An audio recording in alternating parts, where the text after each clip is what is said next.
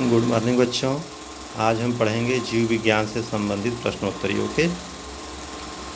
क्या होता है कि कुछ बच्चे मोबाइल से नहीं पढ़ पाते हैं क्योंकि उनका मोबाइल छोटा होता है जियो का, तो उसमें दिखाई नहीं देता है ढंग से। तो मैं आवाज़ के द्वारा रिकॉर्ड कर दूंगा, तो मेरी आवाज़ को सुन करके आप लोग पढ़ सकते हैं, नोट्स बना सकते हैं, उसे याद कर सकते हैं। ओके बच्चों।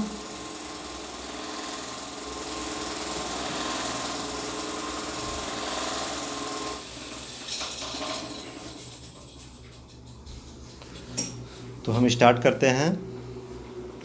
एक स्वस्थ मनुष्य का रक्तचाप कितना होता है? एक स्वस्थ मनुष्य का रक्तचाप होता है 120 से 80 होता है। ठीक है ना। तो 180 क्या होता है, जो है 120 क्या है? 120 है सिस्टोल और 80 है डायस्टोल। तो एक स्वस्थ मनुष्य का रक्तचाप होता है 120 से 80। ठीक है। अब दूसरा प्रश्न है, रक्त में ग्लूकोज की मात्रा कौन नियंत्रित करता है? रक्त में ग्लूकोज की मात्रा किसके द्वारा नियंत्रित होता है? रक्त में ग्लूकोज की मात्रा नियंत्रित होता है इंसुलिन के कारण। ठीक है ना। रक्त में ग्लूकोज की मात्रा इंसुलिन के कारण नियंत्रित होता है। इंसुलिन से देखिए, इंसुलिन जो हमारे शरीर में बनता है उससे हमें शुगर की या किसी को शुगर की बीमारी नहीं होती है। जिसके शरीर में इंसुलिन बनना कम हो जाता है उसको शुगर की बीमारी हो जाती है। इसलिए उसको इंसुलिन का इंजेक्शन दिया जाता है। ओके। अब तीसरा प्रश्न है, किस अभिक्रिया द्वारा पौधे में ऑक्सीजन बाहरी वातावरण से कोशिकाओं में पहुंचता है? किस अभिक्रिया द्वारा पौधे में ऑक्सीजन बाहरी वातावरण में कोशिकाओं में पहुंचता है? ठीक है ना। तो है विसरण द्वारा। विसरण द्वारा क्या होता है? विसरण द्वारा ऑक्सीजन बाहरी वातावरण में कोशिकाओं में पहुंचता है। ओके। अब चौथा प्रश्न है, निम्न में बैक्टीरिया से फैलने वाला रोग है। ठीक है ना। अब पूछ रहा है बैक्टीरिया से फैलने वाला कौन रोग है, तो 4 ऑप्शन दिया है इसमें। तो चेचक रोग क्या होता है? बैक्टीरिया से फैलता है ना। चेचक रोग बैक्टीरिया से फैलता है। किस वर्ग के पौधे में बीज बनते हैं परंतु बीज नग्न रूप में पौधों में लगे रहते हैं? पूछ रहा है किस वर्ग में। हाँ, किस वर्ग में पौधे में बीज बनते हैं परंतु बीज नग्न रूप में पौधों पर लगे रहते हैं? वह है जिम्नोस्पर्म। जिम्नोस्पर्म में बाहर ही बीज लगे रहते हैं, उन पर कोई आवरण नहीं होता है। ठीक है, आवरण कोई नहीं होता है। अब छठा प्रश्न देखते हैं, निम्न में से नियत तापी प्राणी कौन सा है? नियत तापी प्राणी। ठीक है।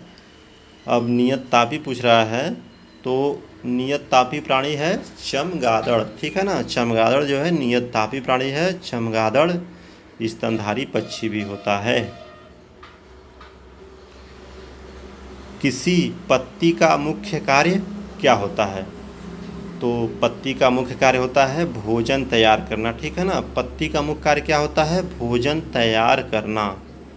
पत्तियां क्या करती हैं? सूर्य के प्रकाश से भोजन तैयार करती हैं। तो यही उनका मुख्य कार्य होता है, क्योंकि उसमें क्लोरोफिल भी होता है हरी पत्तियों में। आठवां प्रश्न है, मनुष्य की खोपड़ी में कितनी अस्थियां होती हैं? तो आप लोगों को पता ही होगा, मनुष्य की खोपड़ी में कुल 8 अस्थियां होती हैं। मैंने बताया भी था आप लोगों को क्लास में।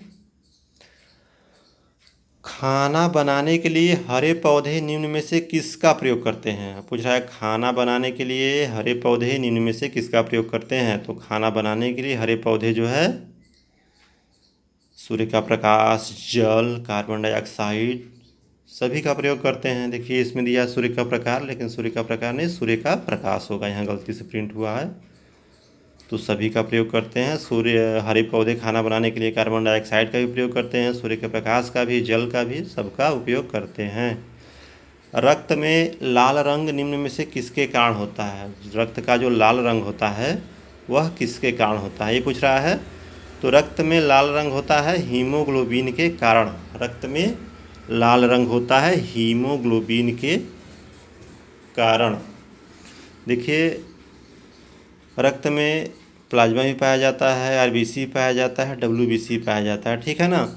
तो डब्ल्यूबीसी क्या करता है, वो रोग प्रतिरोधक क्षमता उसमें होती है, रोगाणुओं को शरीर से नष्ट करता है। डब्ल्यूबीसी का सफ़ेद रंग होता है, डब्ल्यूबीसी का रंग जो है सफ़ेद होता है। ठीक है बच्चों, तो आज के लिए इतना ही। आप लोग प्रतिदिन इसको पढ़िए, नोट्स बनाइए और याद करिए।